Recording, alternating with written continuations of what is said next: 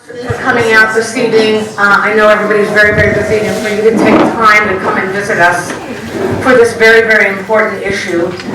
We are fortunate tonight that we have United Way. United Way is committed to ending homelessness, and this is Becks Heyhoe. And Becks, yes, go ahead and clap, please, go ahead. I've been fortunate, and I see some familiar faces in the audience, and I know you've been to other ones before.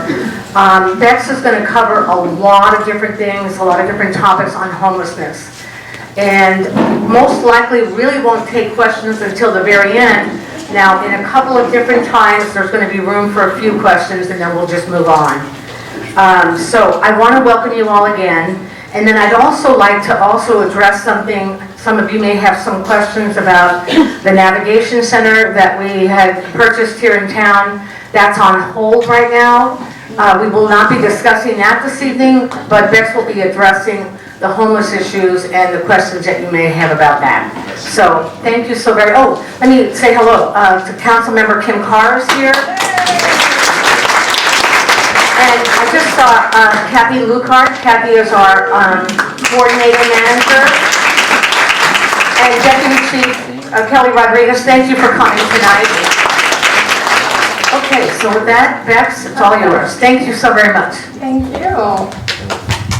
Hi. Can everybody hear me okay in the back? Is this level? Okay. If it starts to get too quiet, just sort of wave and I'll fix that. I'll talk louder. Thank you so much for being here. It's always really encouraging for me to be out in the community and to meet with people that are interested in learning about homelessness. Homelessness is quite a complicated subject, but during our time together tonight, I'm going to try to give you kind of a big picture overview. We have a number of objectives for our time together. So we're going to look at what homelessness is, how it occurs. We're going to look at some of the terminologies associated with homelessness. There's a lot of jargon when it comes to homelessness, so I'm going to try and break some of that down to give us some common language so we can talk about this. I'm going to talk about the different philosophical approaches for addressing homelessness, some of the different approaches that are being taken politically as well across the country from that point of view. And we're going to look specifically at homelessness in Orange County. So in January of 2019, we did a point in time count. So I'm going to share with you the latest data and statistics from that count. And we're going to look at what the homeless system is in Orange County. So I'm going to walk you through how does somebody go from being on the streets to being able to being assessed, entering the system of care, to getting housed. What does that journey look like? So I'm going to explain that for you on this whiteboard. So that'll be a fun challenge for me a little later on. And the whole way through, we're going to be looking at solutions for homelessness. What addresses homelessness? So that's our roadmap for the night. Does that sound okay? Yes. I also like to ask questions, so I will ask you questions. In order for us to get through everything that we have got, it's a lot of material, so it'll be a little bit of a roller coaster. I would ask that if you refrain from asking questions as I go through. I do have some slides that are populated that say questions. And so at that point, I'll take 3 questions and then I'll move us on, as I really want to honor your time. And I know you're taking time out of your day/evening to be here. So again, thank you. A little about my background before I dive in. The accent that you're hearing, that's half Irish, half English, and 10 years in the United States. So that's the weirdness that you're picking up on. My name, Becks, is short for Rebecca. So back in the UK, that's a really common way to shorten Rebecca. And Heyhoe, you can just blame my dad for that one. That's all him. I've worked addressing homelessness for about 12, 13 years, both in the UK and here in the United States. I actually studied at seminary, so that was kind of my path into working with the homeless community. And so I worked with a homeless nonprofit in London. I worked at a day center, so I worked directly with people. I specialized working with our Eastern European immigrants who had become homeless, as well as our severe mental health cases. I moved here 10 years ago to the city of Costa Mesa, so your neighboring city, and I got plugged in there, and I ended up founding a faith-based nonprofit called Trellis that does a lot of work with homelessness. So I started all of those programs, I ran those. I've worked with research, so I've worked with Vanguard and with UCI. I've had a lot of coffee today. I can hear the jitters. It's not nerves, I promise, it's caffeine. So I've worked with Vanguard, I've worked with UCI to complete research. I've set up programs to address the needs of our homeless brothers and sisters. So I've come at homelessness from a really wide variety of ways, from working directly with people to implementing programs, and now I do a lot of work around policies, system changes, a lot of work with elected officials, the business community, and the faith community as well. So I just wanted to share that background before we dive into this. So my first question for you is, what is homelessness? It's not a trick question. Okay. Somebody who doesn't have a home, exactly.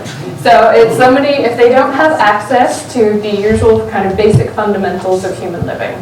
So if they don't have a roof over their head, a roof that was designed for human habitation, they don't have access to be able to shower, to be able to cook, then that is considered homeless. So somebody who's living in an RV that was not designed for long-term living, that would be considered homeless. Somebody who's living outside, that would be considered homeless. And somebody who's in an emergency shelter or a transitional shelter is also still considered to be homeless.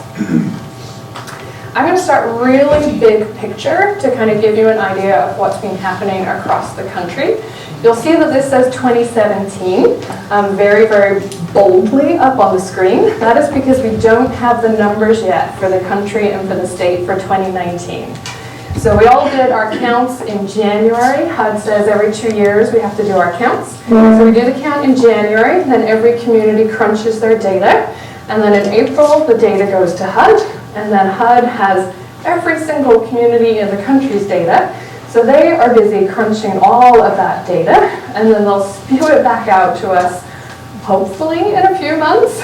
So then you'll be able to compare these figures to that data that will come out later this year. So 2 years ago, we had 500,000 people who were homeless in the United States of America.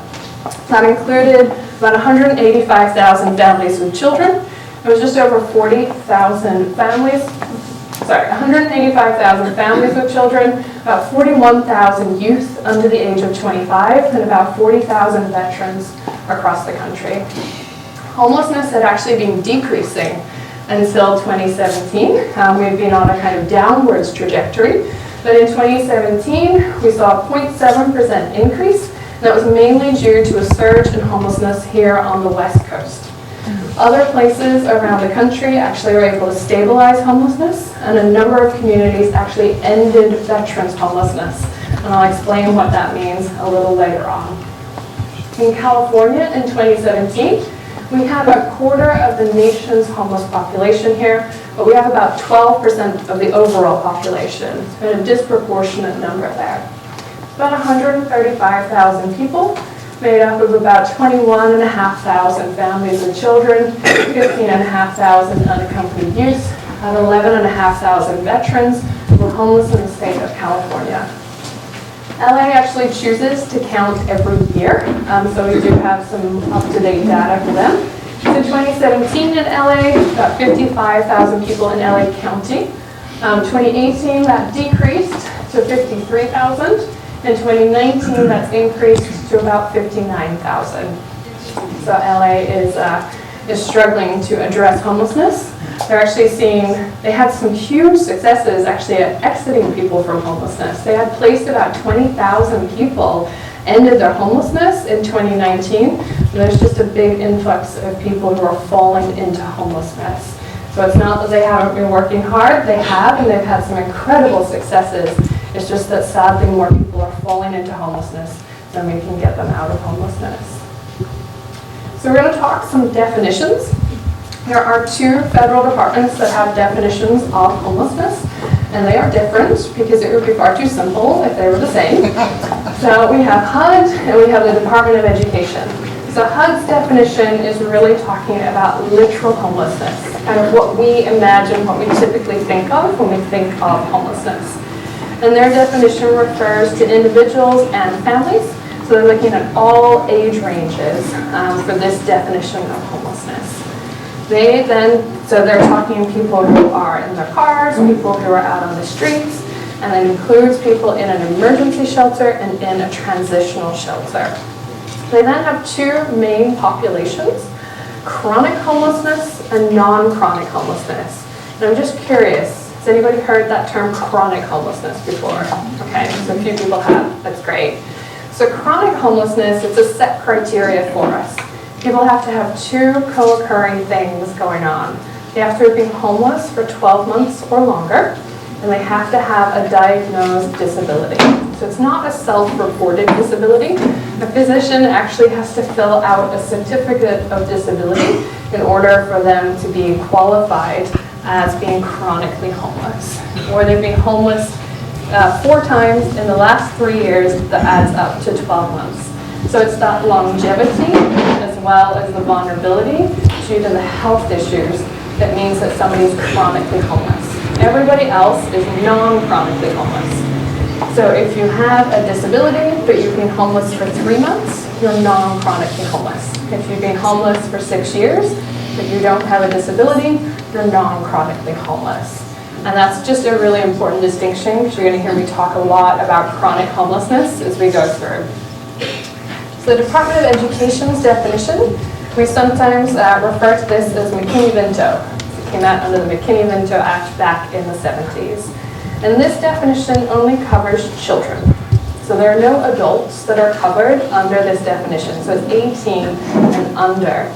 And they include the HUD definition of homelessness, but they broaden it. So they add into that definition children that are living where the families are doubled up or tripled up. So children that are living in, say, a studio apartment that has 2 families that are living there, or a 2-bed apartment that has 3 families that are living there. That's what we mean by doubled up and tripled up. And we have a lot of that in Orange County. They also include children that are living in hotels and motels. And again, we have a lot of that here in Orange County as well. So they take the HUD definition, they broaden it. I prefer to think about this as literally homeless and housing insecure, because the majority of children are doubled up, tripled up, hotel, motel. The majority of the children that are experiencing homelessness in Orange County, it's a very, very small number that are experiencing that HUD definition of homelessness, which is good. That's a good thing. We're doing a good job at helping our families. So that's just a helpful way that I try to think about those 2 definitions. My next question for you. What solves homelessness? Fantastic. Excellent. Yes. So if you don't remember anything else that I say, remember this beautiful, complicated piece of clip art, that homes solve homelessness. So I've asked this question to thousands of people at this point around the county, and I've been asking it for quite a long time, and nobody ever got it right. Adults tend to think health insurance, behavioral health services, perhaps drug and alcohol issues, probation. They tend to sort of go that route, job training programs, food, clothing, and forgetting that those things might be appropriate for somebody, but maybe not for somebody else. Forgetting that you could have all of those things and still be experiencing homelessness. So I was actually at an elementary school where a boy in the front row of the classroom shot up his hand when I asked the question. He said, "A home." And he was the first one to get it right, but you guys are obviously geniuses. You got it. But yes, that's the one common denominator for everybody who is experiencing homelessness, is that once they are in a home, they are no longer homeless. How they get there is going to look a little different. How they stay there is going to look a little different. But homeless is the only thing that will truly solve homelessness. So let's get a little philosophical, because it's Thursday night, and what else would you do? So there are 2 main philosophies for addressing homelessness. And you may not have known that. But this is important because different programs will operate using different philosophies. And so if you're somebody that's so inclined to support the program, you might want to do some investigating to figure out what philosophical approach are they using, and do you agree with that? So I'm going to share with you what those two are. So this is the first model.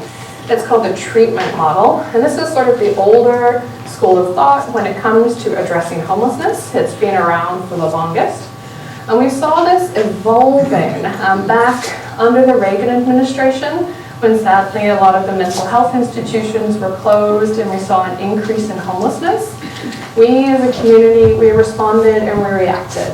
And so this system just kind of evolved over time. It's not like somebody set it up to do this, it's just sort of what happened over the decades. So people were hungry, so we opened up soup kitchens so they could get food.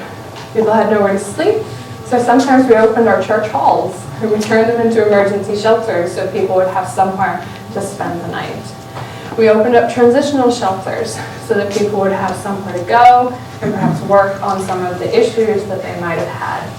Hopefully, along the way, you were getting connected to some support services. Hopefully, along the way, you were getting some case management, but that wasn't necessarily happening. And what ended up happening was this sort of staircase that you had to kind of work your way through, try and figure out, try and navigate to be able to graduate out of homelessness. You've heard that term, right? People graduating out of homelessness. And when we take a deeper look at this approach, at kind of the thinking here, the thinking behind this is that somebody made bad choices, and those bad choices are what led to them becoming homeless. And until those choices are fixed, while they're on the streets and homeless, until those choices are fixed, or perhaps they're in a shelter, their homelessness can't end. But once all of that has been addressed, then their homelessness can end.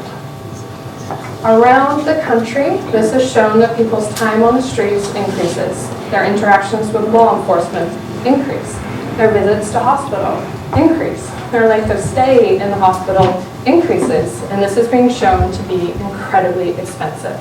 And I'm going to share with you some of those figures for here for what this looks like in Orange County a little later on. Now we get political. So it was under the first George Bush, under his administration, that we really began looking at research and turning to the world of academia. What was happening around the country to address homelessness? What was going on? So that began to change the conversation.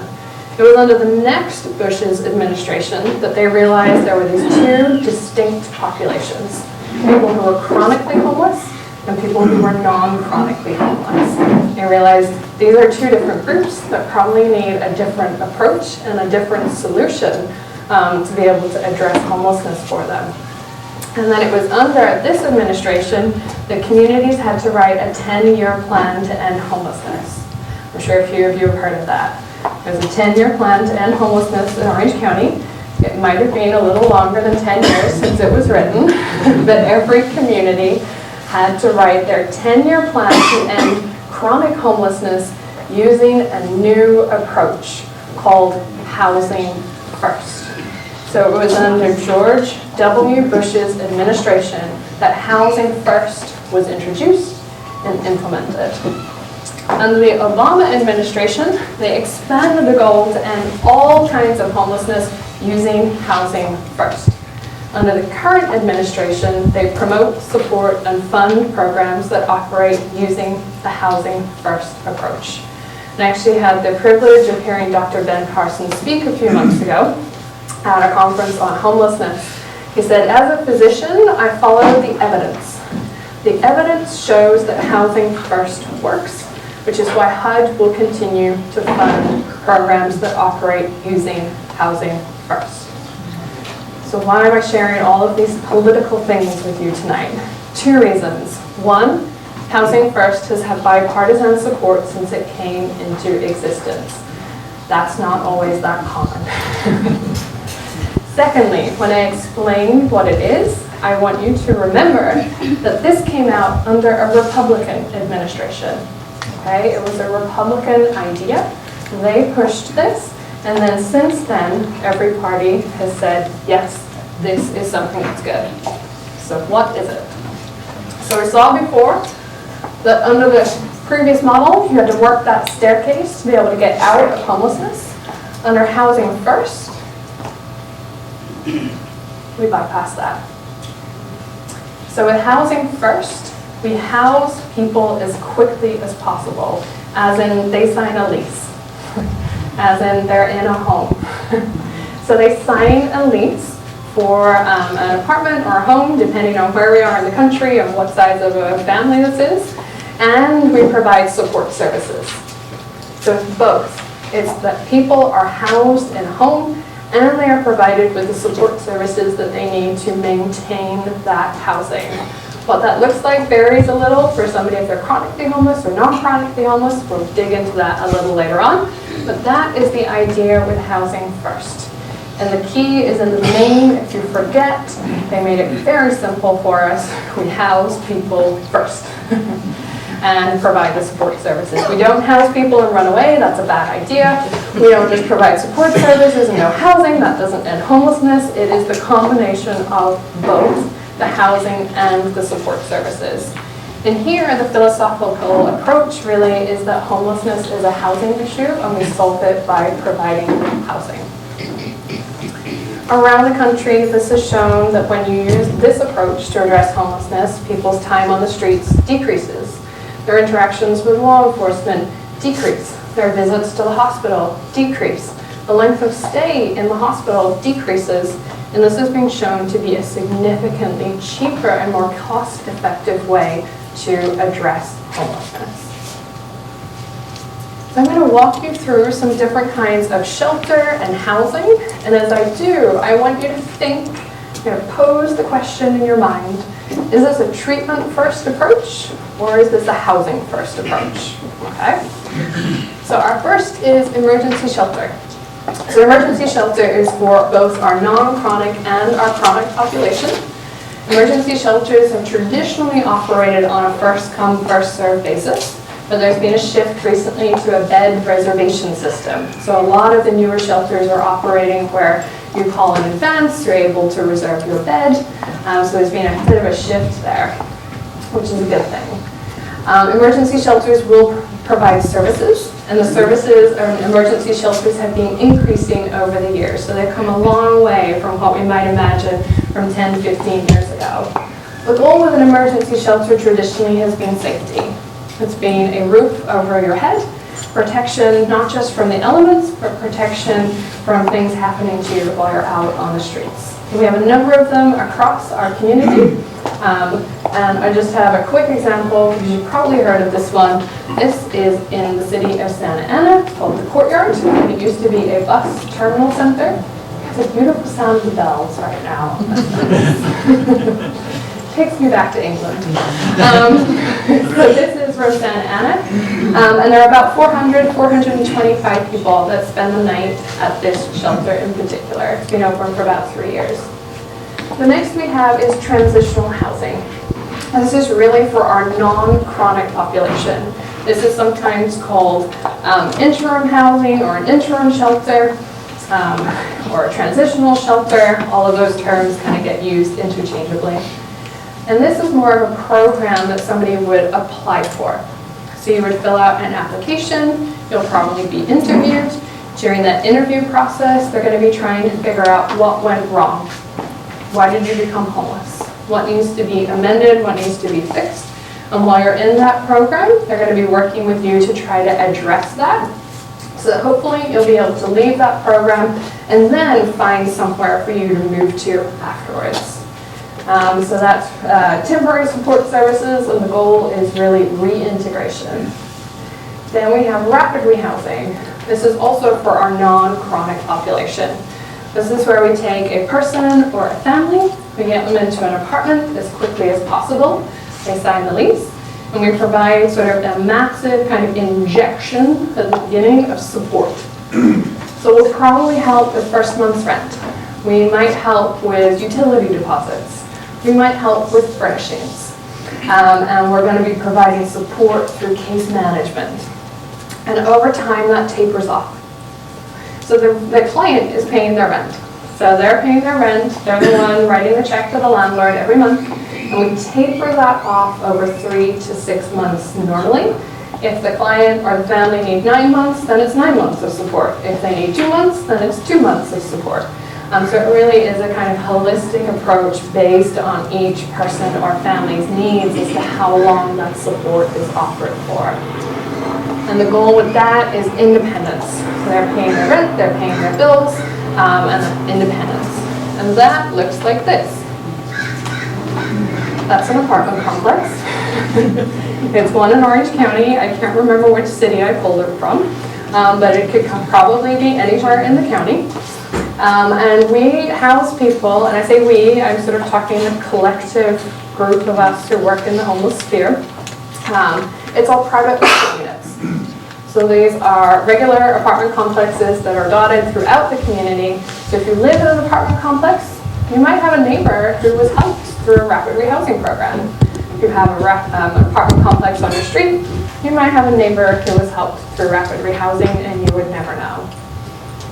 Our last one here is permanent supported housing. This is just for people who are chronically homeless. Pop quiz, what is chronic homelessness?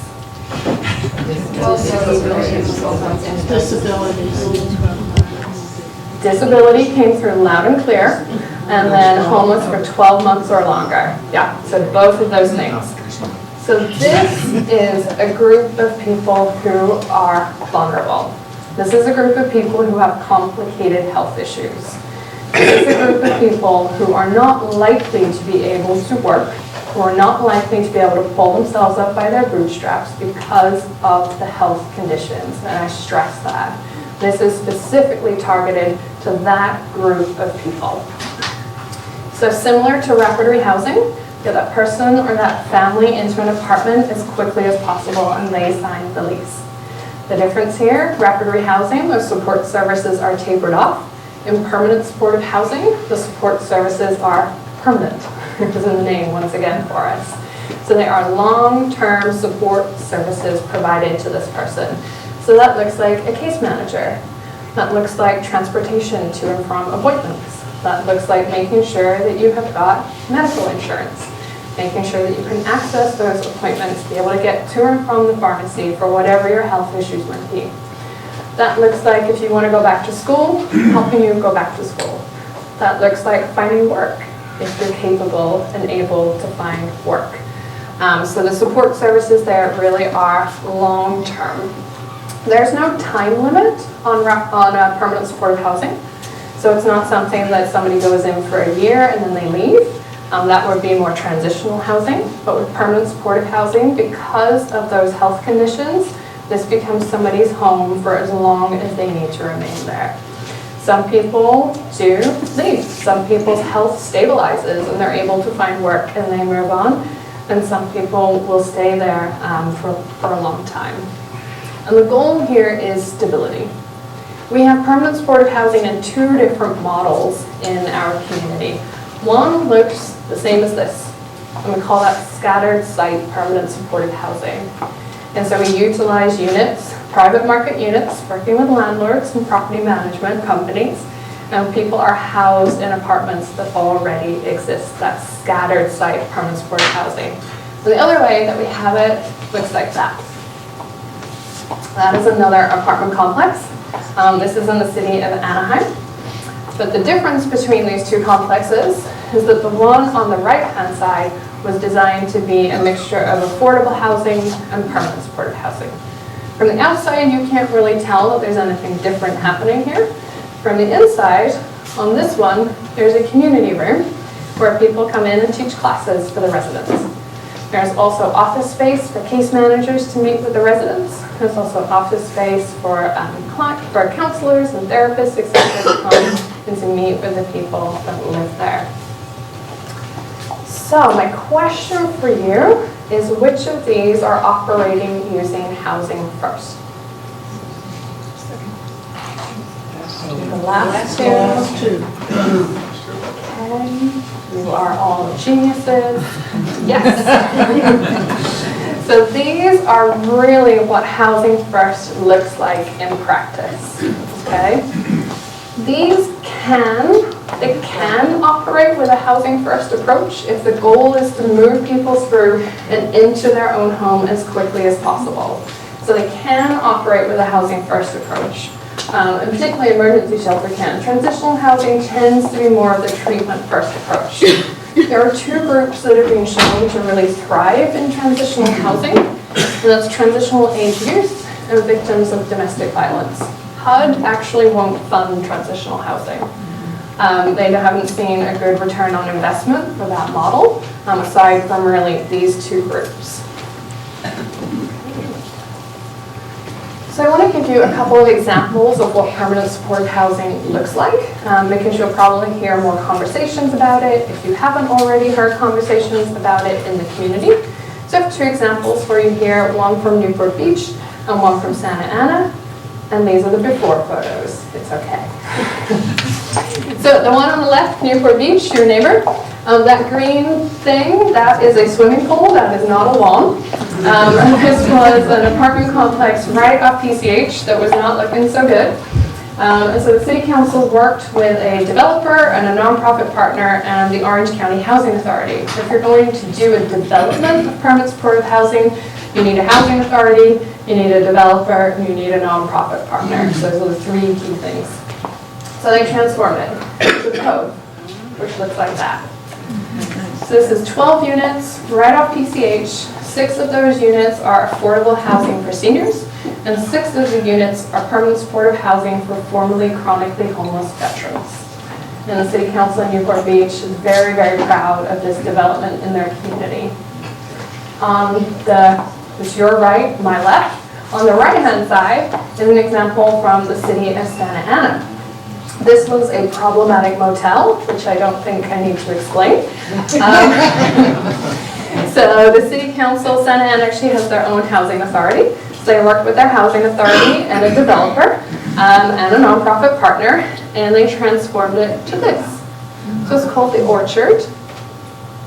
Looks like this on the inside, and it is 72 units. It's a mixture of 1-bed units and studio apartments.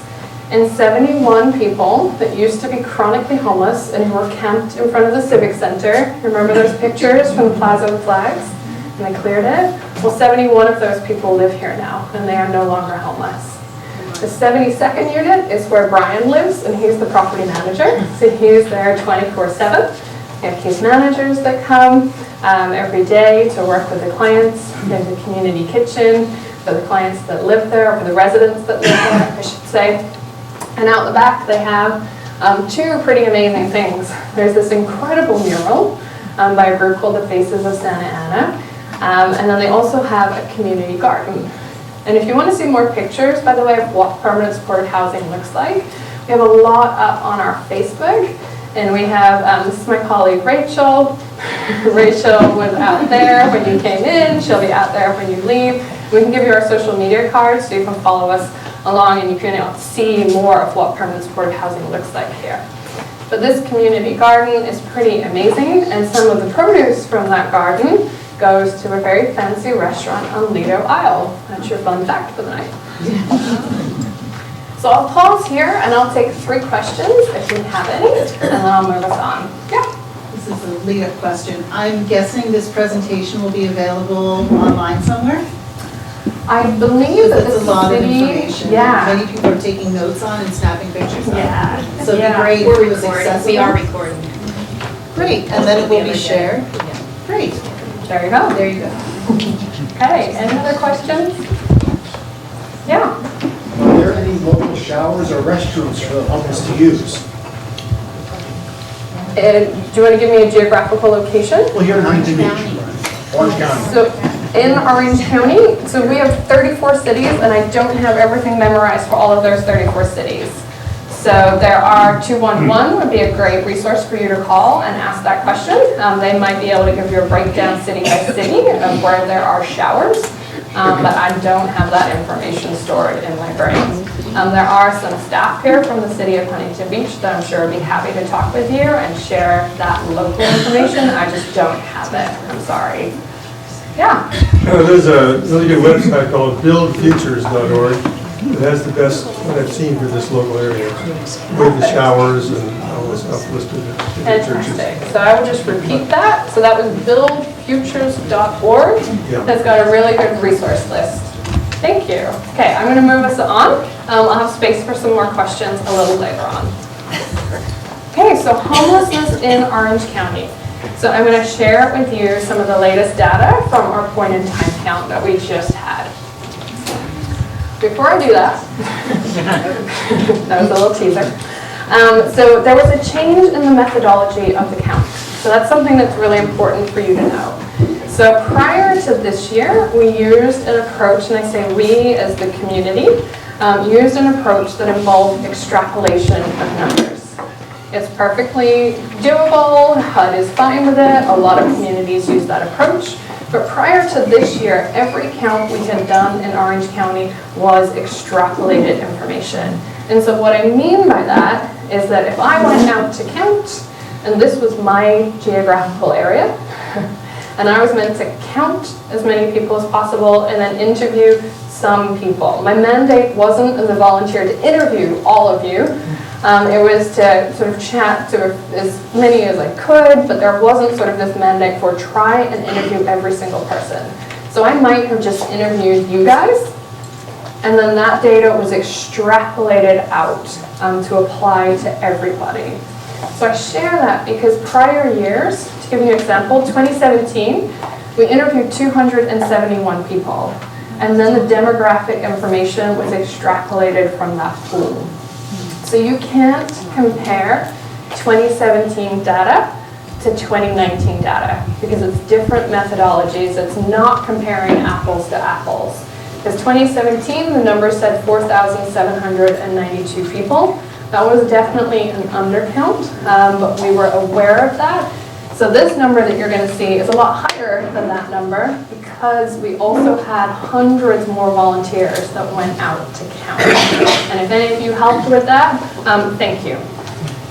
So these are the numbers. It was 6,860 people that were homeless here in the county. That includes people that were in shelters, emergency and transitional shelters, and out on the streets. So the county gets broken up into 3 geographical areas. They call them SPAs. It's not as glamorous as it sounds. It stands for a service planning area. So we have north, south, and central, and that's the breakdown of of how many people per SPA. Across the county, there were 466 families. That was 584 adults and 966 children. And just to give you an idea of the McKinney-Vento number, or that one that's broader, that's about 28,500 children that meet that definition. So a huge difference between 28,500 McKinney-Vento and 966 under the HUD definition. So that's why that distinction is really important, so you know what we're talking about. We have 14 unaccompanied youths. That's under the age of 17. 14 of those in the community. We had 271 youth between 18 and 24. Particularly concerning is 677 seniors. That's over the age of 62. And 311 veterans. My next couple of slides are going to break down the different numbers that were sheltered and unsheltered. So this was our sheltered count. So with families, it was 466 families altogether. 356 of those were sheltered. So that's a really good thing. Okay, so the majority of families here are in some kind of shelter. However, for our veterans, it was only 99 of our 311 that were in shelters. There was 255 of the seniors were in shelters out of 677. So the majority of those were out on the streets. So this is the breakdown you'll see of shelter beds across the county and how that's sort of broken down. So the north of the county has 1,169 shelter beds. This was as of January.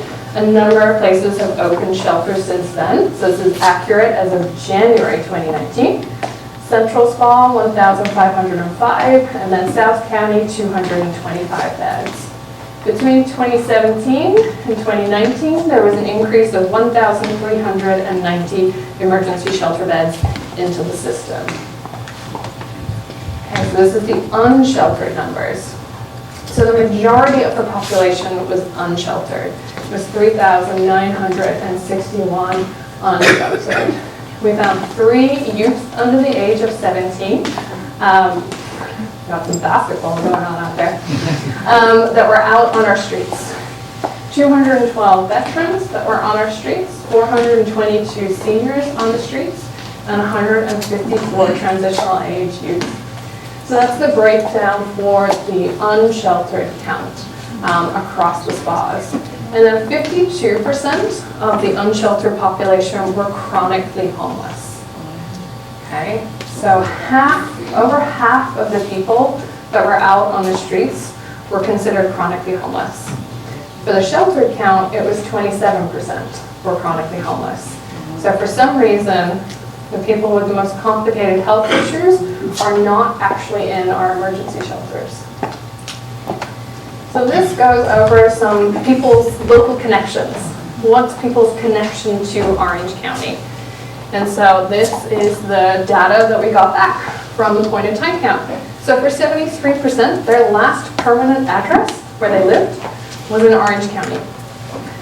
So one of the things that we sometimes hear is that people are moving from all around to become homeless in Orange County. The data does not add up to that. The data didn't add up to that from the point in time count, nor did it add up to that from our cost study. And I'll share that with you in a little. And so you'll see that people are becoming homeless across all of the different service planning areas that we have. That's where they lived prior. So for example, South County actually had 202 individuals. They lived in South County before they became homeless. I've chatted a lot about that. So some more local connections. Almost 52% have family here in Orange County. 52% have gone to school or are currently in school. So we have members of our homeless community who are attending school while they are experiencing homelessness. And 72% had worked or were working in Orange County. So again, connections to our community. Our cost study, actually Rachel, could you grab me a copy of the cost study in the newspaper? Thank you.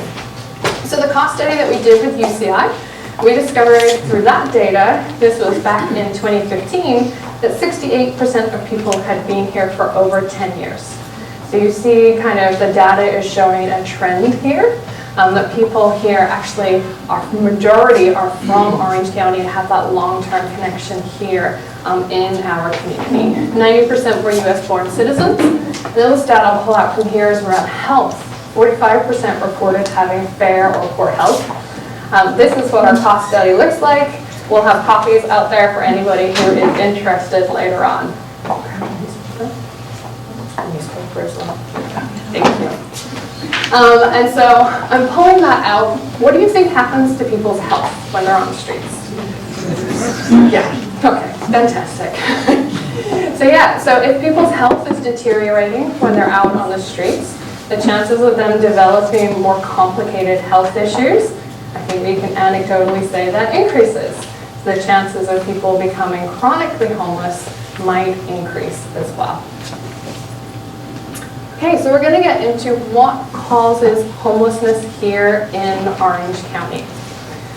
And before we dive into this, I just want to make sure that we are all on the same page, because this can get a little complicated. So there are a couple of different things that are at play here, and there's 2 different issues that often get confused. And that is what causes homelessness, why somebody became homeless in the first place, and the issues that they're presenting with today. Those are not necessarily the same things. So if I became homeless last week and you meet me today, chances are that whatever issues or barriers I might have might very well have been connected to why I became homeless. However, if I meet you today and I became homeless 3 years ago, that does not necessarily mean that the issues that I present with today is what caused my homelessness 3 years ago. And certainly the longer that somebody has been on the streets, the chances are that those are going to be two very different sets of factors. Does that make sense? Perfect. So I'm going to talk with you about why people became homeless. What causes people to become homeless in Orange County? Everybody here has played musical chairs, right? We're not going to play it right now, it's okay. We're not going to play musical chairs. But in musical chairs, there's two things that happen. One, the chairs get yanked away. They disappear. And the second thing is the rest of us are left fighting for the chairs. I was never good at this game. I was not very athletic. I could never get to a chair. I hated it. There's two things going on. So UCI refers to this as external factors and then internal biographical deficits. That's a very complicated term. But basically there are external things beyond our control that are happening, and then there are internal things around kind of who we are as people that are happening. And so we're being able to separate that out. So some of the external things that are happening, this is just around the kind of economy here in Orange County. So this is showing the difference in the changes between rent in Orange County and wages in Orange County. So the green line is rent. That's gone up. Came down a little, and then it's gone up, and it's going up. So rent has been increasing in Orange County. You probably all know that. The blue line is income.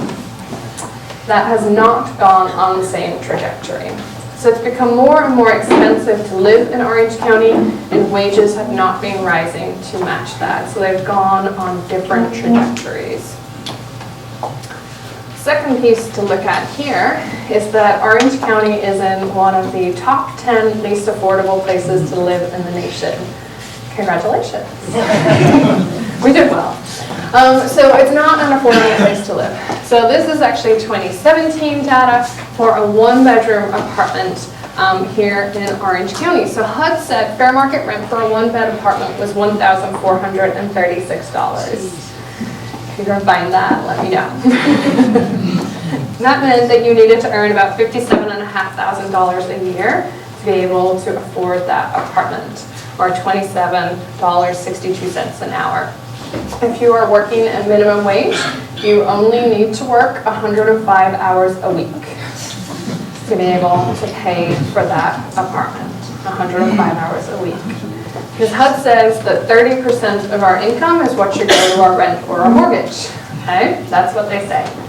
If you're on SSI, which many people experiencing homelessness are, 30% is $267. You have $267 to spend on rent, and rent is $1,436. I'm not a genius, but that doesn't add up. So now we're going to look at the kind of more internal pieces that are happening here, sort of a mixture of internal and external. And we broke it down for the different genders. So we're going to look at women first, as to why women become homeless. So this big section over here, the kind of number one reason as to why women become homeless is the intersection of finding housing that's affordable and employment. So either people lost a job, they couldn't afford their housing, or they couldn't find housing that they could afford with the job that they had. So that sort of intersection of factors occurring. The second highest reason that women become homeless, at 21%, is domestic violence. So it's the second highest reason that women become homeless in our community, is that they had to flee a situation that was unsafe. And then they ended up homeless here in our community. The third reason as to why women become homeless is drugs and alcohol, at 5%, which might surprise you. So a lot of what we read online is that everybody who is homeless because they are a drug or alcohol addict, or they were released from jail or prison. The data does not add up to that. The data does not show that. Is it a component of homelessness? Yes, it is. Is it the main component of homelessness? No. So we're going to look at it for men next. So for men, the number one reason is exactly the same as it is for women, at 57%. That intersection between housing and affordability, job loss, having a job that pays enough to be able to afford housing, that intersection of factors.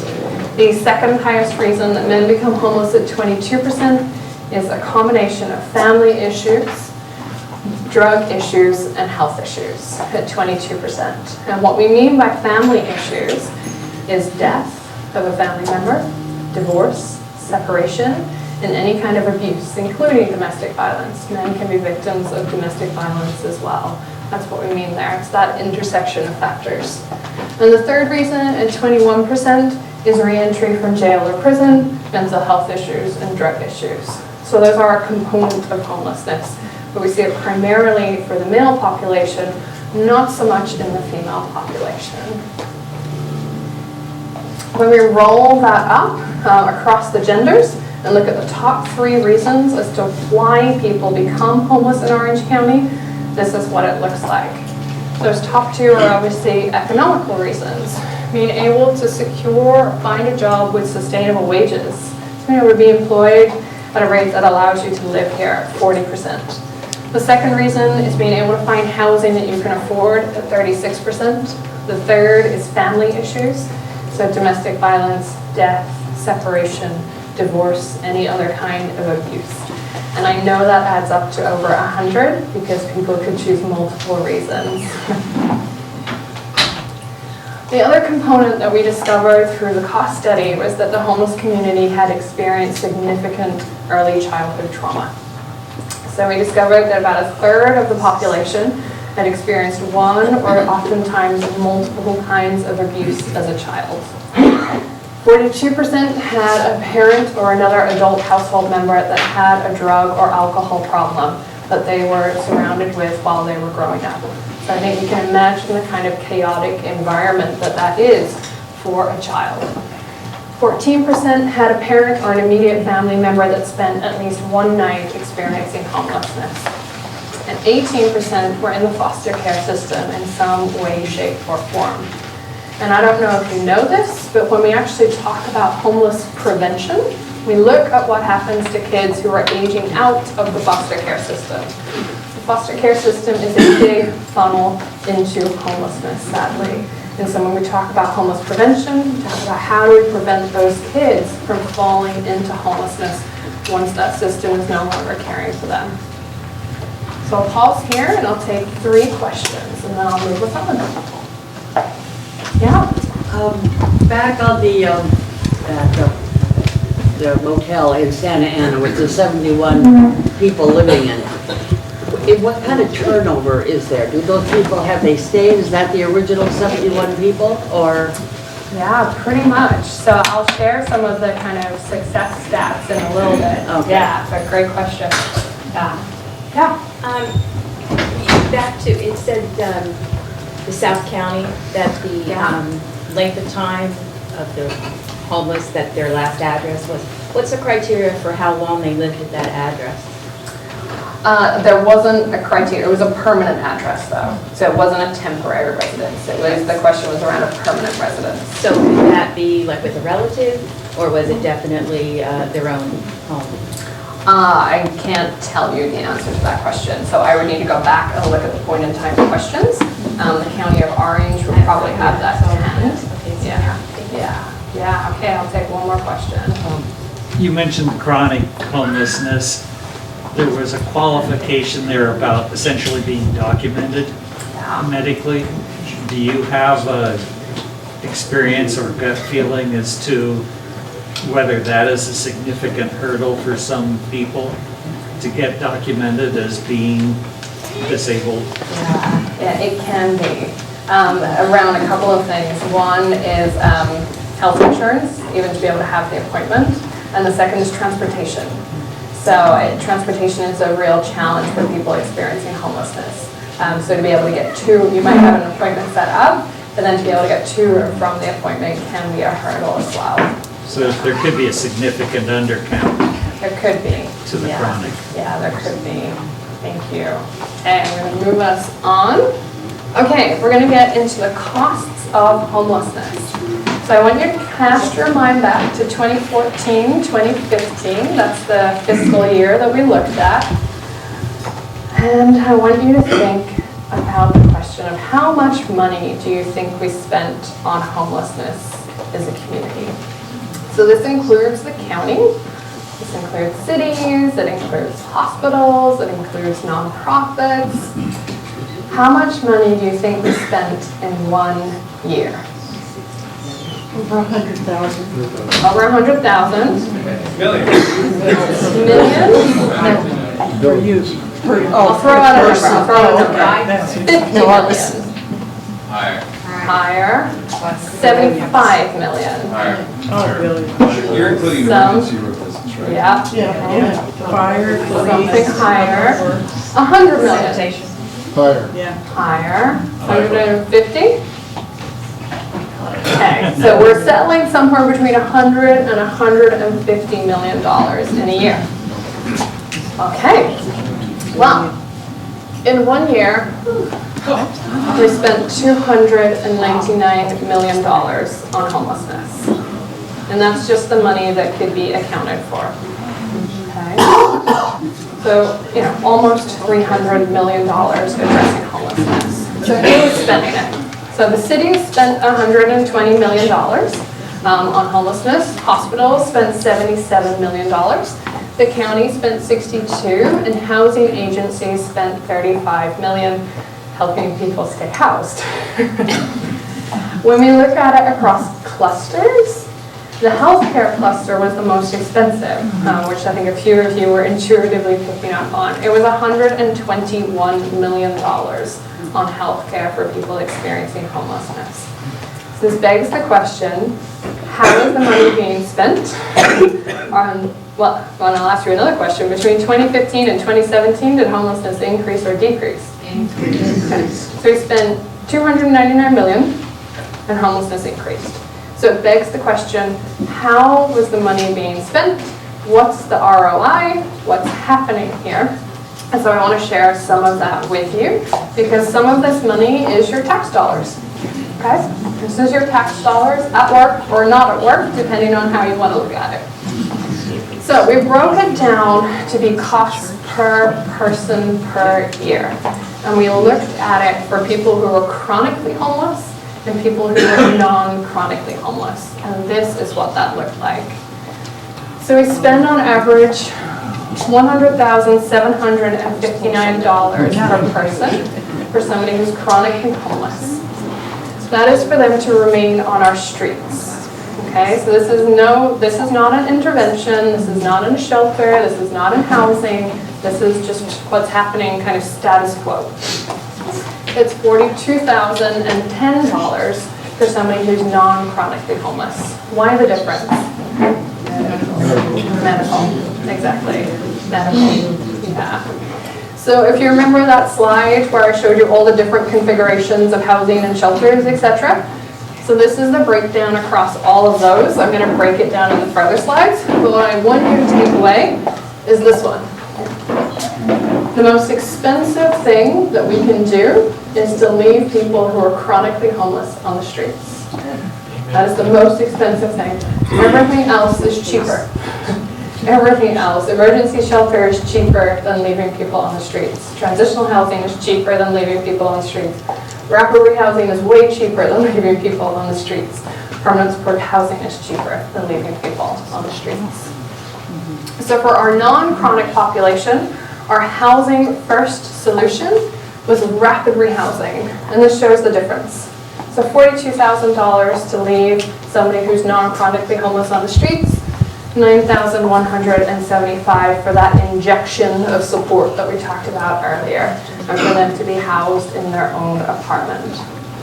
What was our housing first solution for chronic homelessness? I heard it, permanent supportive housing. So when we compare these two, somebody who's chronically homeless on the street, somebody who's formerly chronically homeless in permanent supportive housing, it's almost half the cost. And here, rent is being paid. The rent is paid, 30% of that person's income goes towards their rent, and then the housing authority through a voucher covers the remainder of the rent. Support services, 24/7. I can't remember how, 52 weeks in a year, right? Sorry, I just had a total like blind there where I was like 24/7, 52 weeks a year, there we go, I got there, 365 days of the year. It includes medical care, that includes everything. We think this is really, really important information for people to know about. When we look at the top 10% of our chronic homeless population, so these are the people with the highest needs, these are the people with the most complicated health issues, these are the people that are cycling in and out of the ER the most, these are the people who when they go to hospital, they can't be discharged quickly, so they're remaining in hospital. We're spending almost $500,000 per year for them to remain on our streets. So $439,000 per person per year on that group of people. To house them with permanent supported housing, it increases a little. It increases by $4,000 a year. And it goes to $55,000 a year for that group of people to be housed. This group of people is also the group of people who are most likely to pass away on our streets. And we have had a significant number of men, women, and children who have passed away while experiencing homelessness here in Orange County. In April this year alone, 19 people passed away who were homeless in our communities. Earlier, I asked you, what do you think happens to people's health the longer they stay on the streets? And you all intuitively knew it decreases. This is the data to back you up. So when people first become homeless, half of them don't have any difficult health issues. That decreases over time. And the red there is 3 or more conditions. And by the time we get to 3 years, that's moved, it's doubled from 15% to 33% have 3 or more chronic health issues. So the longer that people remain on the streets, the worse their health becomes, the more likely it is that they might become chronically homeless, and certainly the more money our healthcare system is spending. So you see I crunched the numbers to figure out if we were to house our chronically homeless population, this was using 2015 numbers, if we were to house them all in permanent supported housing, how much money could we save? And they discovered that we could save $42 million a year if we were to house our chronically homeless in permanent supportive housing. That doesn't mean that I can write you a check and give you a refund. Sadly, I take that check myself first. I'm kidding. But it doesn't mean we get $42 million back, but this is really what we call opportunity costs. So I'll give you an example. So many of our cities employ homeless liaison officers. I know of some cities that have like 6 homeless liaison officers working for them. If everybody who's chronically homeless is being housed, we don't need 6 homeless liaison officers anymore, maybe we need 1. And that's 5 officers who can be returned to do other things in the community. Maybe that's drugs, maybe that's gangs, something else, a new focus in the community. Another example would be if chronic homelessness has ended in the community and we have no more encampments, then we don't need to spend money clearing up encampments. We don't need to spend money on that happening. So perhaps the potholes that you probably didn't drive any over in Huntington. I'm sure there are no potholes in Huntington Beach. Maybe you came from a neighboring city, and maybe that city could fix the potholes. But that's what we mean by opportunity costs. And hospitals around the country have actually really seen value in investing in permanent supportive housing. And many hospitals are actually helping and providing financial support because they're seeing a benefit to it in terms of keeping people out of emergency rooms, etc. So this is comparing the chronically homeless on the street and formerly chronically homeless when they've been housed in permanent supportive housing. And it really helps to show where those cost savings come in. So we see a 100% reduction in arrests. If you think about it, when you're out on the streets, do you really have much left to lose? No. When you're housed, you have everything to lose. You don't want to return to homelessness. So there's a 100% reduction in arrests. When it comes to ambulance rides, there's a 78% reduction in ambulance rides. When it comes to ER visits, there's a 43% reduction in ER visits, which tells us that when people are housed, their health stabilizes. When people have case management and support services, their health stabilizes and less money is being spent on healthcare. So earlier we had the question around how successful is permanent supportive housing and how long do people stay there? And this is the answer to the question. So HUD requires that we track at the end of every year how many people remained housed. And permanent supportive housing has actually been running here in the county for many, many years. So I've got 2016 and 2017 data for you. So 2016, at the end of the year, 97% of people were still housed. 2017, at the end of the year, 99% of people were still housed. Orange County knows how to run permanent supported housing. We do a really good job of this, a really good job of running permanent supported housing. So we've seen that the primary cause in homelessness is the gap between the cost of rental housing and the availability of jobs to allow people to afford that. We've seen that the cost of homelessness decreases pretty remarkably when we provide long-term housing and housing solutions for people. We've seen that many of the troublesome issues associated with homelessness disappear or diminish pretty remarkably once people are housed. So why not housing first? So now I'm going to move to the whiteboard and I'm going to attempt to explain to you our system of care and how somebody moves from being on the streets to being at home. And I'm going to entrust you with my clicker. Okay. So I was not a talented artist in school. My high school art teacher actually wrote in my report card, and I still have it because I thought it was fantastic. She said, Rebecca needs to learn how to draw. And I came 30th out of 30 students in the class. Congratulations to me. I did not get an award or a cup for participating. I just came last. Okay, so I'm going to draw this for you. That is a person. Okay, we're good so far. Okay, so the person. And then the question, these are going to be houses.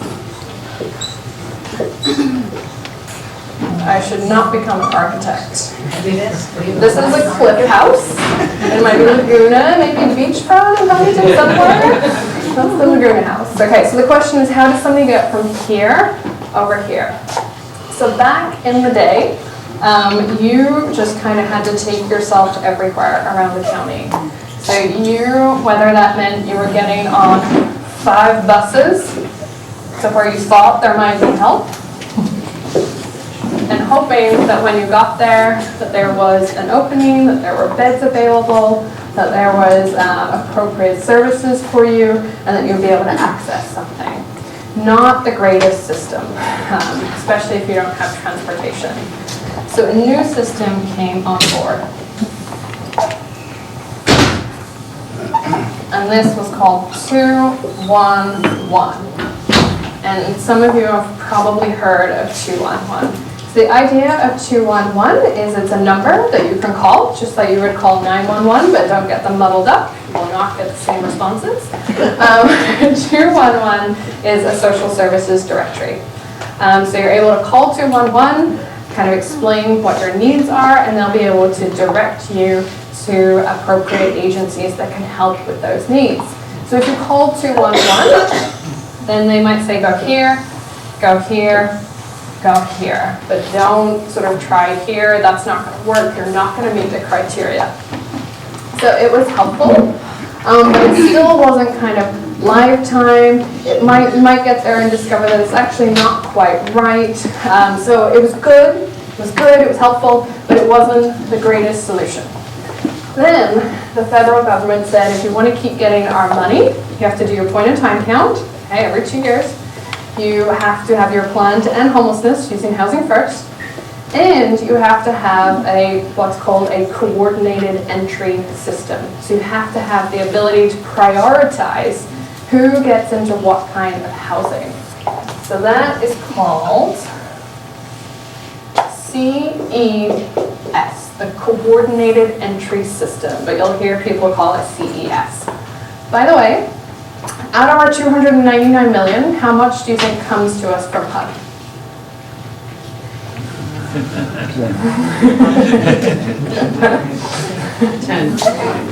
It's a bit more than 10. 23. Yeah. Yeah. So just hold on to that. But we need it. This is important money. We need it.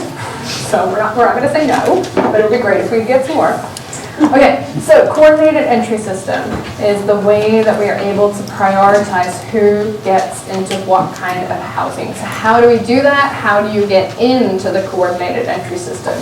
There's two ways. One, you contact 211, and 211 will connect you with the nearest physical location where they can perform the assessment.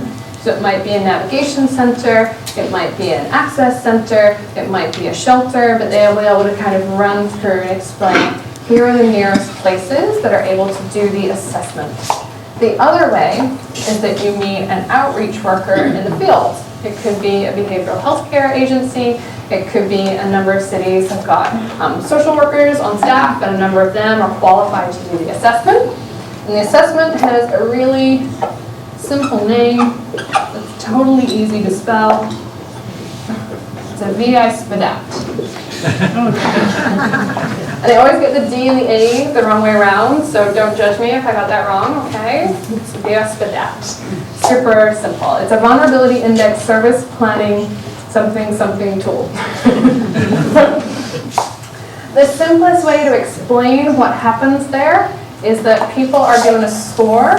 0, obviously a low score, and then 17 and 21, I believe, are the high scores. Family is a bit higher, individuals is 17. So you're given a ranking, you're given a numerical score.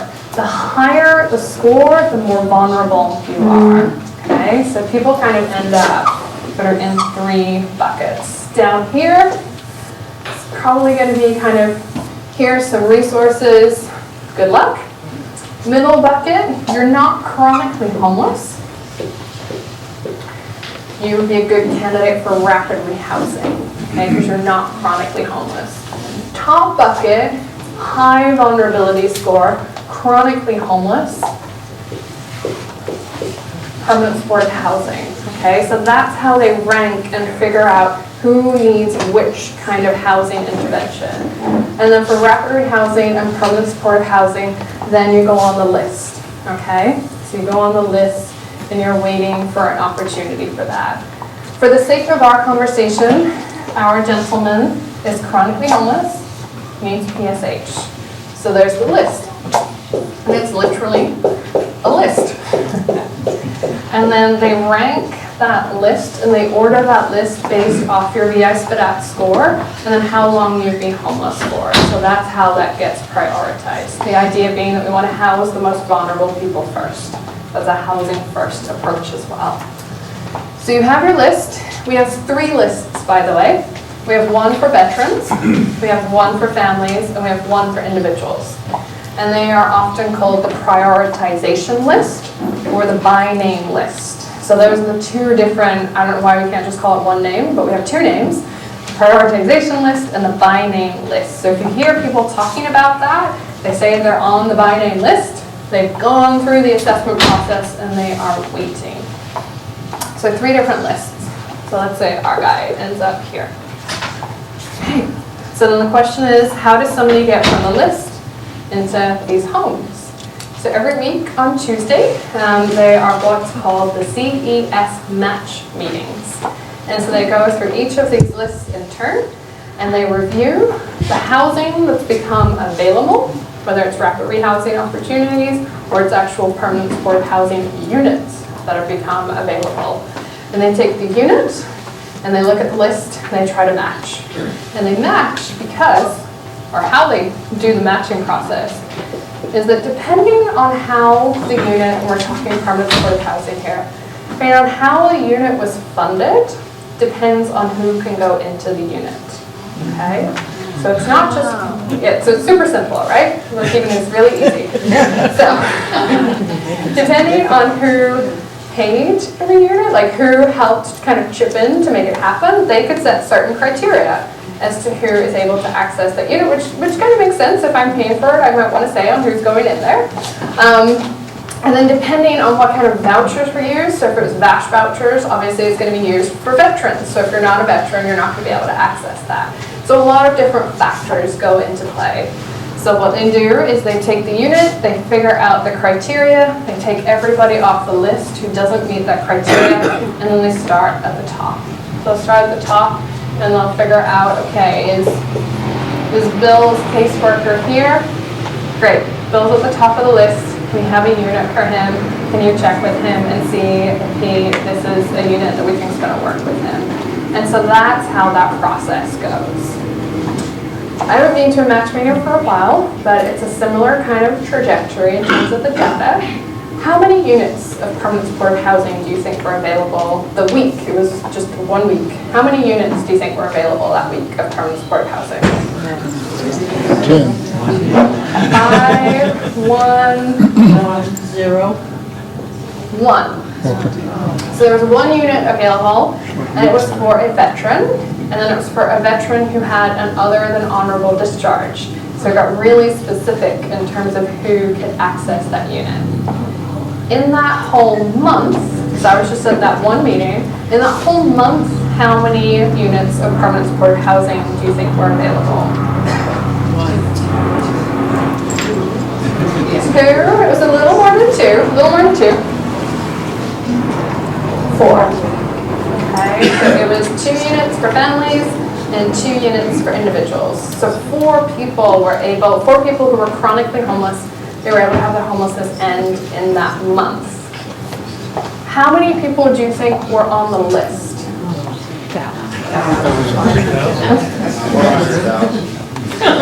Not quite thousands, because not everybody's being assessed, okay? So not everybody's being assessed. But on the list, people who were chronically homeless, it's not a good number, and I couldn't have made this up if I tried.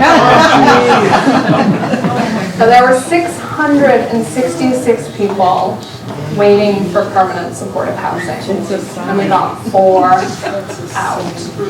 How many people do you think came in that month who were chronically homeless? More than 4. You are correct, sir. So it was 60. So 60 came in, 4 went out, but left us at the end of the month with a balance of 666 families and individuals at that point who needed permanent supportive housing. Across the board, kind of in the system, at any one moment in time, there's between 12 and 1,300 waiting.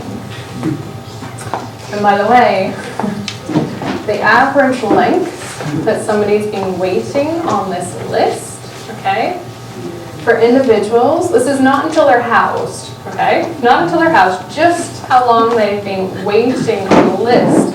For individuals, it's around 222 days. For families, it's around 70. So we're doing much better with families than we are with individuals in terms of being able to get families placed. But about 222 days of waiting. So some of the rhetoric that we sometimes hear is, if they wanted to get off the streets, they could. People don't need to be homeless. There's plenty of options. This is 1,300 people who wanted to end their homelessness, and they've been waiting for. They've been waiting for a very long period of time. So that's how our system works. Is it flawed? Yes. Is there room for improvement? Yes. I sit on a committee as part of the COC board, the Continuum of Care board. Let me not use the acronym. And we're working really hard to try to address this, to make sure that it flows as well as it can. But the problem is, as you can see, exactly, you said it for me, we don't have enough of this, and we need more. So how many units are there? That begs the question. So 2018, we have 687 people around the community through rapid rehousing. That's a lot of people, that's great. And then for permanent supportive housing, it was 2,546, which is also excellent. However, more people need permanent supportive housing and we need new units. So this is not a comprehensive list, so I do have to put that clause out there. It's really hard to get the data on exactly how much permanent supportive housing is coming into the system. This is just what I know of that is like really, really, really happening. So Anaheim has got 20 units as part of the development called Manchester that's coming online. Placentia is going to be opening permanent supportive housing for veterans. They'll have 50 units. The city of Santa Ana is also opening permanent supportive housing for veterans, 75 units. Aqua is going to have 56 permanent supportive housing units. Budget M will have 89, Legacy 33, and Francis Xavier will have 11. Countywide, MHSA stands for Mental Health Services Act, and they're going to be using some of that funding, some of the MHSA dollars, to open about 400 units of permanent supportive housing in the next 2 to 3 years. So you'll see that Santa Ana is kind of at the forefront. They do have their own housing authority, so that probably makes it a little easier for them, but they are really at the forefront of developing permanent supportive housing here in the county. Some hot topics. I made myself a time check. 7 o'clock. So we're here till 9:30, right?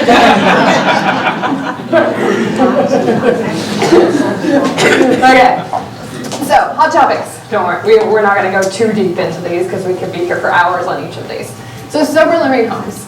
I used to live in the city of Costa Mesa. I sat on their homeless task force, their neighborhood improvement task force, many of the task forces that they had, and I used to hear, everybody's homeless in Costa Mesa because they've come out of a sober living home. It's not true. Do people fall out of sober living homes and become homeless? Yes, that happens. Absolutely, that happens. But that is not the majority of people that are becoming homeless. Early release from jail or prison, we talked about this earlier. But that's another one of those topics that we hear. And California did vote for some interesting props, Prop 47 and Prop 57, that has affected law enforcement's ability to be able to enforce laws that they used to be able to enforce. So that has caused some complications around addressing certain issues. But in terms of it being a rise in homelessness, there's competing data. So some reports you'll see here says 8%, another report says 20%, so just different sets of data on that. The clearing of the riverbed, we can definitely talk about that for a few hours. We're not going to. But if you didn't know, we are in the midst of a federal lawsuit. Google Judge Carter if you don't know anything about that. That'll give you a reading for days. The basic premise of the lawsuit was that we had hundreds of people who were living on the Santa Ana riverbed, and the county wanted to clear people out of the riverbed. So they went to the riverbed, they took belongings of people, they confiscated, in some cases destroyed belongings for people, and they also were making people leave. I'm passing out camping tickets, etc., to try to get people to leave the riverbed. And they were sued. So they were sued around the confiscation of belongings, and they were sued around the anti-camping, that's not a word, anti-camping issues. And based off a Ninth Circuit ruling that says that if somebody doesn't have somewhere else to be, it's not illegal for them to be sleeping here. So that has been the basis of that lawsuit and what they've been trying to figure out. And so a lot of cities have been working to create emergency shelters to be able to address that lawsuit. So that's really kind of what's been happening around the lawsuit. And that's all I will say on that matter. These two questions I am going to dig into because they're really important. And these are where I think it's important that we just spend a little bit of time digging into this. So I hear a lot and I get asked this question a lot. There's nothing more fun than having this debate over a dinner table at Thanksgiving. So, do people choose to be homeless? No. So I worked addressing homelessness in 2 countries now over 12 years, and I have never met somebody that wanted to be homeless when they grew up. And I've also never run across somebody that wrote in their high school yearbook, when I graduate from high school, I want to be homeless. So I think that's something that we need to remember. Homelessness is not a dream that people aspire to. And the second thing I want to say around this first question is I want to bring you back to this. I don't actually believe that this is a fair question to pose right now. These people all chose not to be homeless. They all chose to enter our system, be assessed through our VI SPDAT, and wait. And they've been waiting for a really, really long time. And where do you think they are when they're waiting? Yeah, on the streets or in emergency shelters, waiting to be able to access housing. So I just don't think that we can really pose that question, are people choosing to be homeless, when our system doesn't actually allow people who choose not to be homeless to not be homeless. So around this question of do people want help, it's connected. So this one, I just want you to take a moment and I want you to think about something that you feel judged for, that you feel ashamed about in your own life. Just keep it to yourself. This is not a time for public share. Just hold that thought in your mind. What do you do when your best friend asks you about that? What do you say to them? What do you say to a case manager that you've been meeting up with weekly for the last 6 months? What do you say to them? Leave me alone. What do you say to your mom if she asks you about it? What do you say to your priest, your pastor, your rabbi, your imam if they ask you about it? What do you say to a police officer who's got handcuffs, pepper spray, and a gun if they ask you about it? Do you give everybody the same answer? I heard a heck no over here. No, I don't know you. It's called having healthy boundaries. No, depending on who asked the question will affect the answer, okay? So the sheriff's department are on record of saying that they went to the riverbed and they asked everybody if they wanted help and everybody said no. CityNet, who were employed by the County of Orange to do outreach, went to the riverbed and asked everybody if they wanted help to end their homelessness, and 85% of people said yes. Same group of people, two different people asking the question with two different sets of resources. It matters who asked the question, and the second part of this is what is the help that's being offered? Is it something, for example, I will put you in my car, I'll drive you 20 miles to the nearest emergency shelter where you can spend the night with 400 people you've never met before. Was that the help? Was the help, I'm going to put you in a motel for a week, I don't know what's going to happen to you after that, and you can't bring your pet. I met a lady on the riverbed whose dog has saved her from being violently attacked 3 times. But you can't bring your pet, and I don't know what's going to happen after a week. Or was the help, I'm going to walk with you until I can put a key to an apartment in your hand, and then I'm going to stay with you and make sure that you stay housed and that it becomes home. Was the help something under the treatment first model? Or was the help something under the housing first model? It's really easy to just go, no, no. Because then we can do this, and we can distance ourselves, and we don't have to think about it. But I want to just encourage you gently to contemplate these things and to contemplate what you've heard tonight. So these are a couple of people that I've met out in the community. This is Lisa and this is Cassandra. You can't see Cassandra's face, but that was one of our camera crews out. Part of what we're doing is we're sharing stories of people from our community who are experiencing homelessness. And if you go onto our website, or our Facebook, or our YouTube, you'll be able to see those videos and meet some people in the community. And it might surprise you. It really and truly might surprise you who experiences homelessness here. I met, who has now become a friend of mine, a lady called Angela. Angela worked as a property manager for decades and ended up living in her car. She's since been housed, and we actually had the privilege of meeting Angela before she was housed and then going to meet with her after she was housed. So you can see her story kind of pre and post housing available on our website. She's a pretty remarkable woman, and she has a really tiny dog called Ziggy, and he's rad. He's really cool. He's in the video too. But this is Cassandra.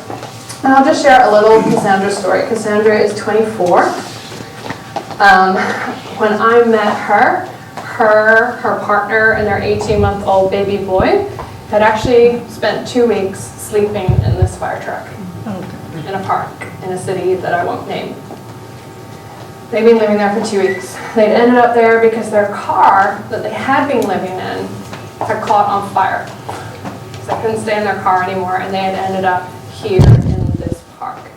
Cassandra just had tears pouring down her face as I asked her what it was like to be a mom in this experience, and the shame that she felt that this was kind of the situation that she was in at the minute. It would be really easy to judge Cassandra, super easy to judge her.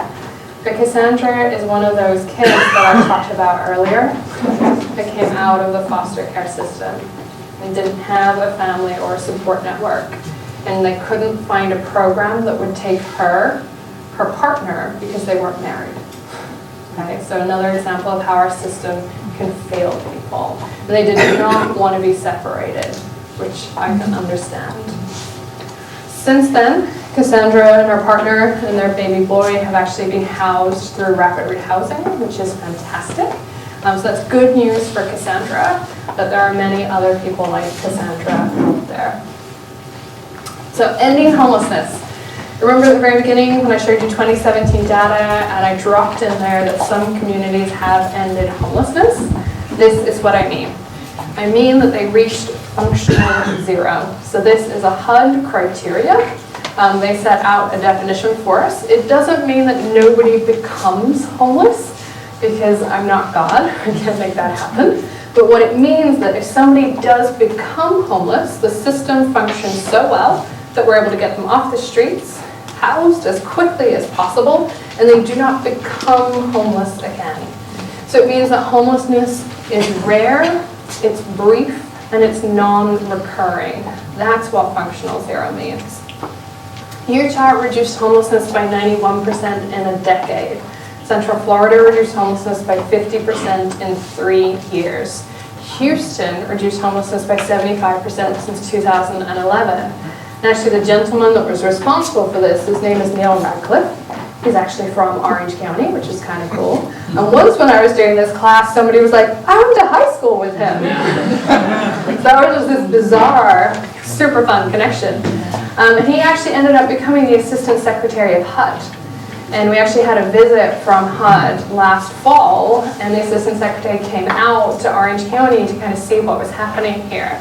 And he actually came out, so I teach the class all over the place, and so he came with me and he taught at it. Then I had to go up after him. It was terrifying. But he shared the story of how they did this in Houston.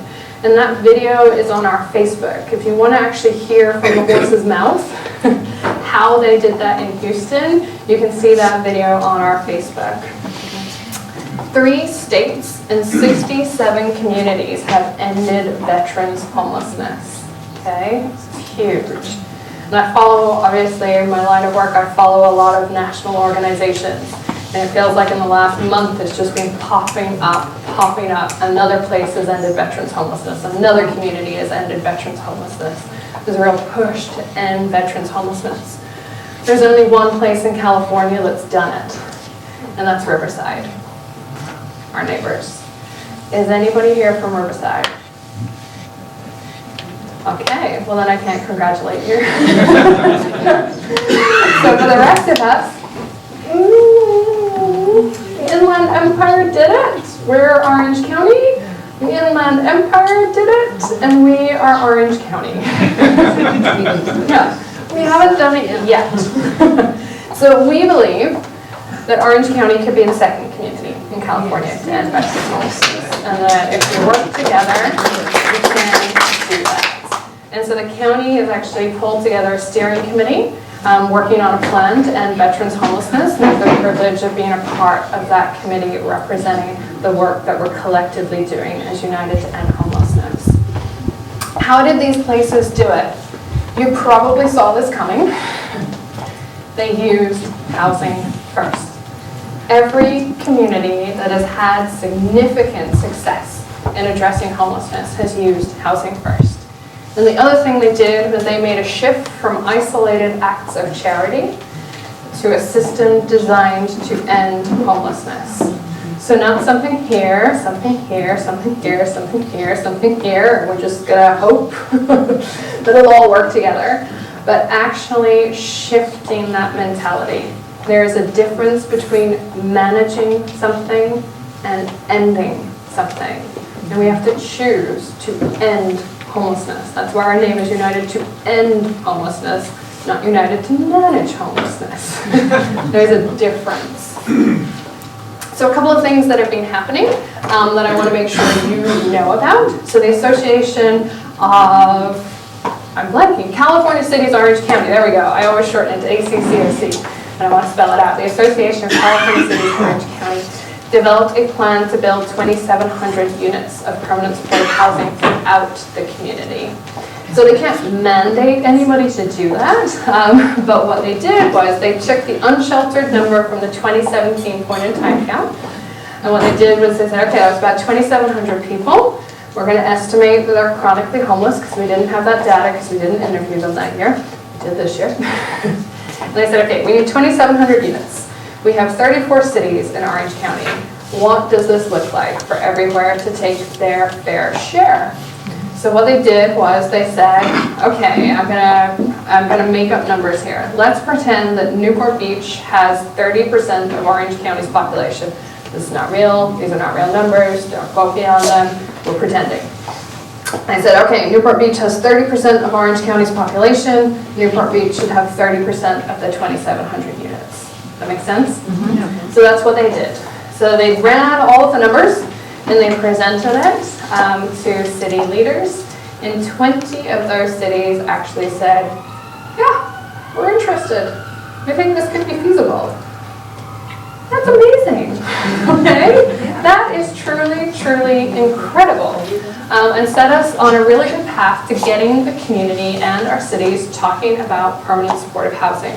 So then the question is, how do we finance it? How do we pay for it? And this is one piece of legislation called the AB 448, was put into motion last year. It went through the Senate, the Assembly, it had bipartisan support the whole way through. And it was signed into law last fall by Governor Brown.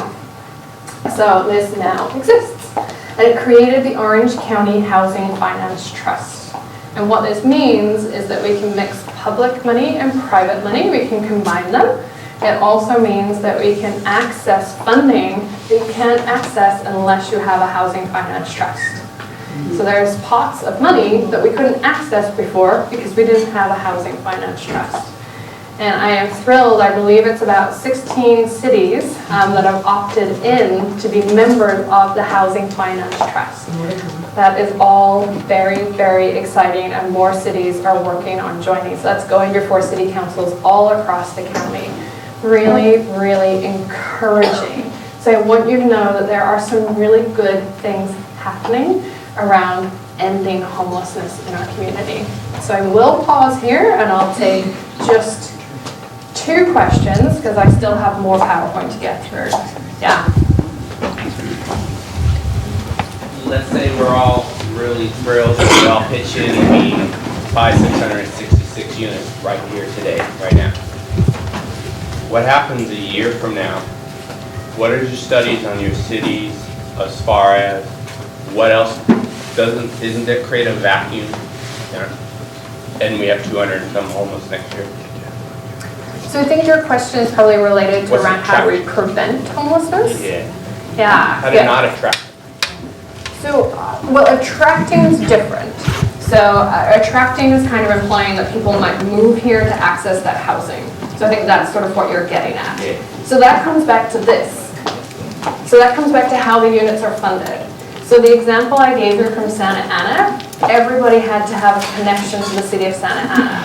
And I mean, they dug through that history. They worked with the police department, they went through HMIS, is the Homeless Management Information System, to figure out, okay, what is this person's connection? Have they been accessing services in the city of Santa Ana?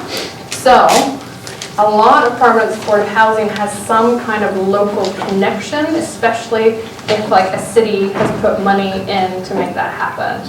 So there isn't really attraction for permanent supportive housing because you can't get into it unless most places have got some kind of local connection. So we don't really see that issue. The other part is not just external, but internal, okay? I'm gonna quit, I want a house. I didn't quite I catch want that. to quit, I want to have, I want to be out of here, but I don't want to work for them. So that attraction as well, it's internal, not from out external cities. So in order for somebody to access permanent supportive housing though, you have to have been homeless for a year or longer.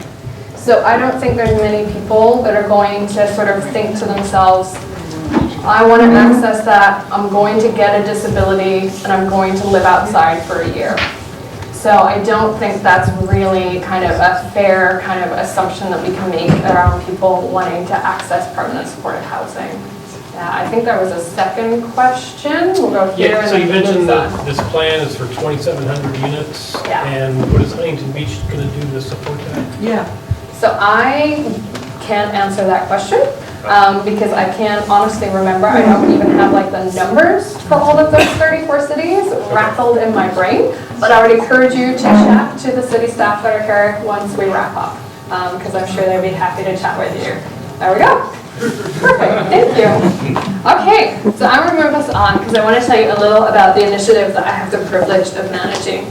So we launched United to End Homelessness about a year and a quarter ago. We launched it based off the recommendations from the cost study. So a lot of that data that I shared with you, we just thought that was far too important to sit on a shelf and die somewhere. So in the back of that cost study, we have copies for you outside if you would like it. There was a set of recommendations. And so we've been enacting those recommendations through this initiative, United to End Homelessness. And I'm going to just play a little video that talks about kind of what we've been up to in the last year. And it also gives me an excuse to take a drink of water.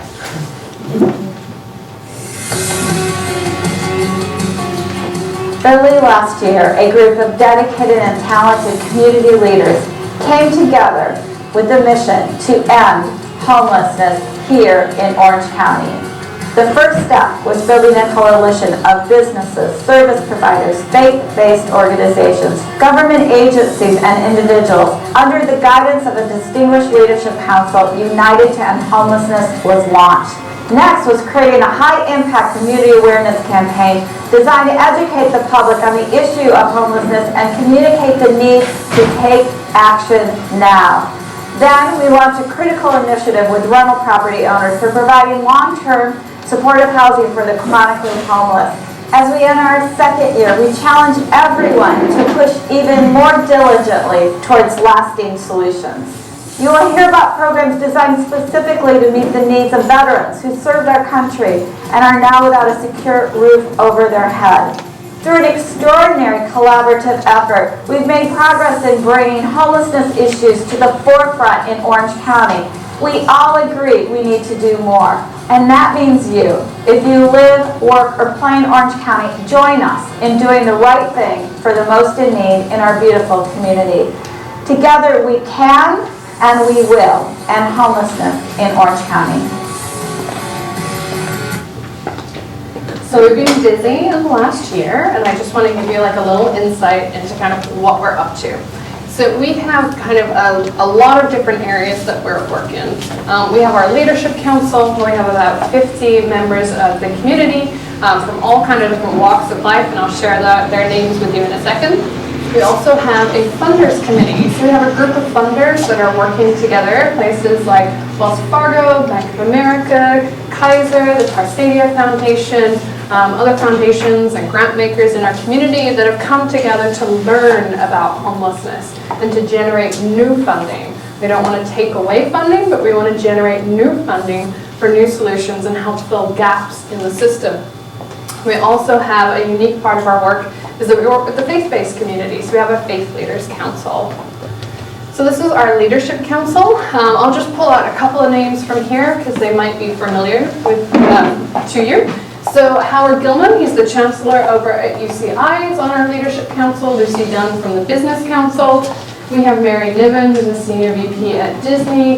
Dennis Kuhl from the Anaheim Angels. We have the mayor of Garden Grove. We have Supervisor Lisa Bartlett. We have the Hospital Association of Southern California represented, a couple of the housing authorities. But primarily this is a list of business people, because when business people address an issue, they tend to think a little differently about it. And when business people see those numbers, they sort of go, huh, well, why aren't we doing this? And so this incredibly talented group of people have come together and have said, I want to be a part of this. I want to be a part of ending homelessness here in the community. These are our faith leaders. We have about 26 faith leaders who are part of our council, and we're always on the hunt for more people to come and join us. And you'll see there's a number of faith networks that are represented here. So those networks are representing even more houses of worship. And faith leaders can say things that I can't say. So I can stand up here and I can share the data with you, but a faith leader might stand up here and say that maybe there's a moral imperative to be involved in addressing homelessness. We also have 33 service provider partners that we work with. So these are our nonprofit partners. Many of these are probably very familiar to you. So these are boots on the ground agencies that are working day in, day out to address homelessness. And again, there's always room at the table for nonprofits who work in the sphere of homelessness to join and be a part of our service provider partner network. So what are we up to? You heard a bit of it from the video with Sue. One of the areas of our work is public awareness. So you might have seen this image. You might have seen it on bus stops. You might have seen it on billboards. It might have appeared on your Facebook newsfeed. So we are trying to get the community talking about homelessness. This was actually a little mini magazine that we did in partnership with the Register, and it went out with the Register last November. And a lot of the stats that I've shared tonight are in this, and we'll have that out there for you as well if you're interested. So we want to get people talking about homelessness, and we want to help the community understand that we can solve homelessness in Orange County. We're not LA. We're not looking at 60,000 people. We're looking at about 7,000 people. With the resources that we have in this community, we truly can end homelessness. Another big part of our work is working with private market landlords. So you've seen how difficult this is to navigate. Some people go through our system and they end up with a voucher and a case manager, and they need to find somewhere to go. They need to find a landlord who will take them. That can be a very difficult process. And so we actually worked with the Orange County Housing Authority, with the County of Orange, and we developed a pilot program that we call Welcome Home OC. To be able to incentivize landlords to open up their units and provide assurances for them. And we did that in partnership with members of the California Apartment Association, the Apartment Association of Orange County, to truly find out what the landlords need to feel comfortable to do that. So we developed incentives, holding fees, vacancy fees, double security deposits, a damage mitigation fund, as well as obviously providing that high standard of care through our service provider partners. And so we've been rolling that out. We're in the process of scaling that up. It's something that we're very proud of. And the third part of our work is around advocacy for more permanent supportive housing. So permanent supportive housing is something that if we're doing, like if it's a development, if an apartment complex is being built or transformed, like a motel conversion, that needs to go through various public processes to be approved. What tends to happen at those public processes is that people who are not in support come out and they're loud. And people who are in support don't tend to come out because sometimes we think somebody else will go. But we know that for elected leaders to be able to make those bold decisions and to bring solutions online, they need to know that people have their back. So we're involved in advocacy work and just in helping train people on how to do that, because I get that that's scary. If you've never spoken at a city council meeting before, that is terrifying. My first one, I was terrified. So we want to remove those barriers to encourage people and equip people so they feel empowered to be able to do that. That's out on the table. You can grab that. That talks about what we've done in our first year. This is the Welcome Home OC website. That's the program that I talked about earlier. One way that you could help us with this, if you're so inclined, is you can make a Welcome Home basket. So you can fill a laundry basket with the supplies that somebody needs to move into their home. And then we provide that to somebody as they move in. There's also opportunities to sponsor furnishing an apartment. That's another part of what we do. We want to make sure that people have furniture when they move in, so it truly is a home. So lots of opportunities to get involved with that if that's something you're interested in. And of course, if you are a landlord or a property owner, I would love to chat with you. Another way you can help is with the advocacy work and becoming a housing champion. That's what we would call the people that will train and equip to go out and to speak in public arenas. We haven't launched that yet, but what we are doing is capturing people's names. And when we're ready to launch training for that, we will reach out to you. And so out at our table and with the blue table box, if that's interesting to you, please give us your email address and tick that box so we can stay in contact with you. So some other quick ways you can help is we have our proclamation to end homelessness, and you can sign that out at the table as well. It's basically a petition, and we use this for advocacy. So we ask for what city you live in, and then you have the opportunity to say, I want my name to be private, or I want my name to be public. And eventually, we'll publish those names on our website. And so you'll be able to see X amount of people in this city want to end homelessness. So what we'll do is we'll take that to city council meetings, to elected leaders, to be able to say, hey, did you know that 5,000 people in your city have signed our proclamation to end homelessness? And they all live here? And they vote here?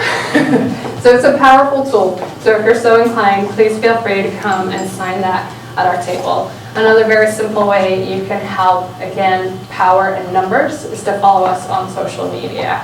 We update that pretty regularly with what we're up to, with what's happening with homeless trends, what's going on around the country. So it's a great way to stay engaged, but again, it's also, if a leader looks at our Facebook and they realize how many people follow along, they pay attention. And so we have reached the end. I ran over by 1 minute, so I apologize. But thank you so much.